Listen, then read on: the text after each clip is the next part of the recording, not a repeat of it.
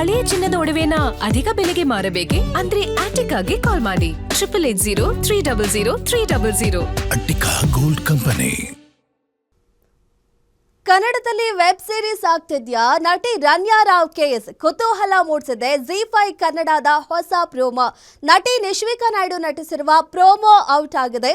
Golden girl ಆಗಿ ಕಾಣಿಸಿಕೊಂಡಿದ್ದಾರೆ ನಟಿ ನಿಶ್ವಿಕಾ ನಾಯ್ಡು.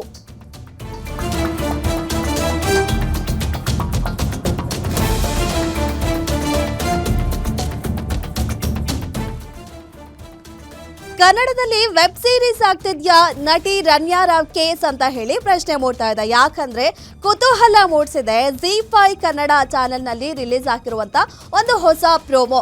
ನಟಿ ನಿಶ್ವಿಕಾ ನಾಯ್ಡು ನಟಿಸಿರೋ ಪ್ರೋಮೋ ಔಟ್ ಆಗಿದೆ. ಗೋಲ್ಡನ್ ಗರ್ಲ್ ಆಗಿ ಕಾಣಿಸಿಕೊಂಡಿದ್ದಾರೆ ನಟಿ ನಿಶ್ವಿಕಾ ನಾಯ್ಡು.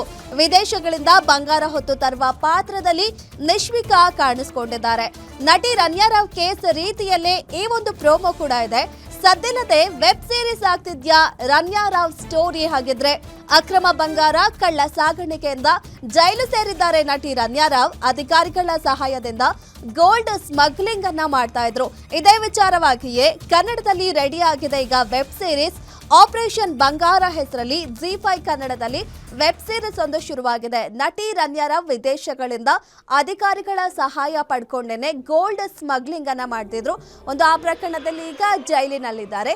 ಈಗ ಅದೇ ರೀತಿ ಅವರ ಕೇಸನ್ನ ಹೋಲುವಂತಹ ಒಂದು ಪ್ರೋಮೋ ಜಿ5 ಅಲ್ಲಿ ರಿಲೀಸ್ ಆಗಿದೆ. ಅದರಲ್ಲಿ ನಿಶ್ವಿಕಾ ನಾಯ್ಡು ಅವರು ಅಭಿನಯಿಸಿದ್ದಾರೆ.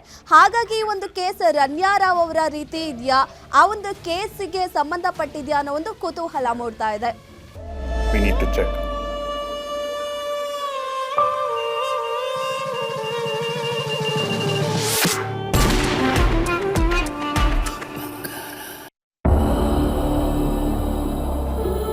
ಲೈಫ್ನಲ್ಲಿ ತುಂಬಾ ಎತ್ತರಕ್ಕೆ ಹಾರಬೇಕು ಅಂತ ಅನ್ಕೊಂಡಿದ್ದೆ.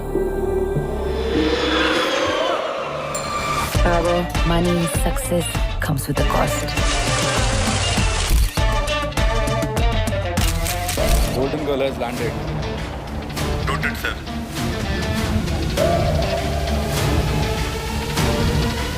Madam, we need to check.